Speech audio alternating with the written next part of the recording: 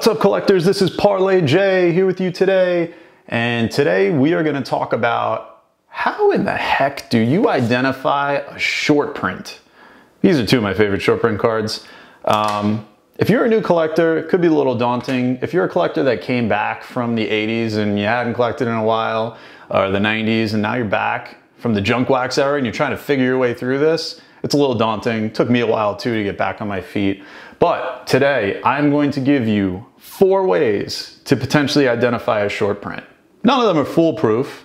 Actually, one of them kind of is, but 4 ways nonetheless. Way number 1. Short prints oftentimes, not always, are horizontal or landscape as opposed to vertical or portrait. So this, for example, happens to be a Gleyber Torres 2018 Topps Series 2 short print. It is a really nice variation of the short print of Gleyber's, base card rookie in the Topps 28 series. Nice shot of him swinging and about to run. So one way is absolutely the orientation of the card. More often than not, when it is landscape or horizontal, it is a short print. Vertical tends not to be quite as much. Now, that's not a guarantee. That is just a tip-off. There are plenty of landscape or horizontal cards that are not short prints, so don't get it twisted. But that's one way.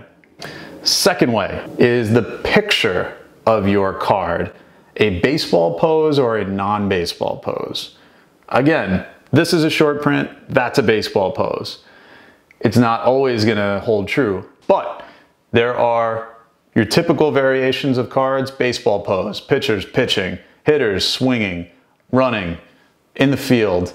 Those are your regular base cards for the most part. Now, yeah, there's definitely lots of cards that are in those poses. 2 right here, and I've just bucked the trend because that is not horizontal and that is, and these are both short prints. However, a lot of the short prints are one of these variations. So for example, there's cards of guys in street clothes. There's cards of guys outside of a baseball field setting. Those are most typically going to be short print, variations, I should say, or short prints. However, not always the case. Now, third way, your most foolproof way is on the card itself. And this holds true for Topps. If you go way down into the corner here and you look at this bold number, and I will put it on my screen so you can see it even clearer when we jump into my computer, that number is a code. And that code corresponds to a short print, potentially. So for example, this short print ends in 249. In this particular set, and it varies for every set, that 249 code is a late rookie card short print. There are also other codes. So your base card is going to end in 359 in this particular set. Your short print standard is ending in 412, and your super short print is ending in 414. So when you go through your packs and you bust these out, you definitely want to look through the face and pick out the cards that you like. See one of my previous videos on how I sort cards when I rip them out of packs to maximize value. I'll put the link right here. But you also, when you're done, want to turn them over and you want to go through from the back and you want to look at the codes because it's really easy to miss some short prints. There's variations in like the Christmas boxes where the short prints have the slightest of little twinges. There's a stocking wrapped around the baseball bat. There was one set where there was the sparkle. The biggest sparkle short print rookie card was Xander Bogaerts. And it's this ever so small little twinkle on a baseball. So a lot of these variations short prints are not that easy to catch. So the code is a great way to identify it. Fourth and final, probably the most logical, probably the best way to do it, that's where I learned, is you go straight to the internet.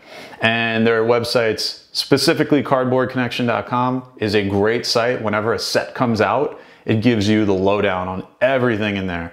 Not only does it give you the lowdown on the short prints, it actually gives you a list of all the variations with photos. So as you're doing a break, you actually know what you're looking for, and it gives you the codes, like we just went over, to look for when you look at it on the back. So let's jump into my computer right now, and I will show you real quickly what it looks like on Cardboard Connection. All right, so 2 pages that I want to show you here today. So first is cardboardconnection.com. This is a great website that shows you all there is to know about all these different card sets, variations, specifically the variations. So here I'm looking at the complete 2018 Topps Series 2 baseball variations guide, and you can see there's a lot of info about it. It actually calls out specifically, because this is the top variant, along with the Acuna in this set, the Gleyber Torres right here.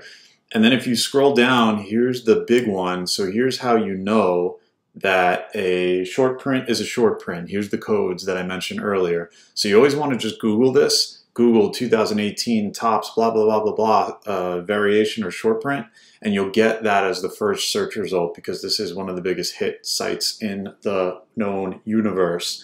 If I do things like I jump to, let's say, Gleyber, and as you scroll down on the page, so here are now visuals of the variations of the short prints. So kind of things that I mentioned earlier, you could tell a couple, baseball poses for your base. Non-baseball poses are pretty common in your short print. Bryce Harper, for example, just standing in BP, clapping on the field. There's a whole lot of different ones. Here's Chris Taylor, who's standing there in BP. Batting practice in this particular set was actually the go-to variant. You see Addison Russell in batting practice pre-game. Sometimes they do legend short prints, so you see Ernie Banks. Here's a horizontal short print, Marcus Stroman. Of course, there's a horizontal base right next to it as well.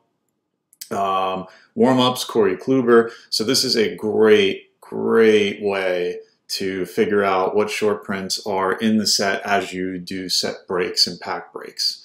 The other one I want to show you is if we do top short print codes. Beckett is also one of the best ones that we could actually use, and it gives a lot of the same information. So if you go to Beckett, and actually they feature the Gleyber Torres specifically, and they show you where that code is. So here's all your codes, and it's going to vary for every set. And then same thing, it shows you all the lists of the cards in the checklist. It shows you things like whether it's a super short print or a short print. And once again, here are those variations. So you can't go wrong between both of these. This is your foolproof way of identifying short prints. All right, everybody. So now you are all equipped on how to identify short prints. So go use that knowledge, put it to good use. Keep in mind, short prints, coveted, especially if you're flipping. Short prints are far more coveted, obviously, than your base cards. Why? Because short print is more rare. And collectors appreciate rarity. That's a big thing, a big deal in collecting. So get acquainted, understand what short prints are. Now you know how to identify them. Turn it loose. Next time you rip a pack open, I hope you catch all your short prints. If you felt like this helped you, give me a shout. I hope this did. Let me hear your comments. How do you identify short prints? Do you use the code method, or you just rely on Cardboard Connection? Or you're just one of those geniuses that just knows it when you see it? Let me know. Thank you guys. This has been another episode. Parlay J. Enjoy the day. Take care. Spike your hair. See you next time.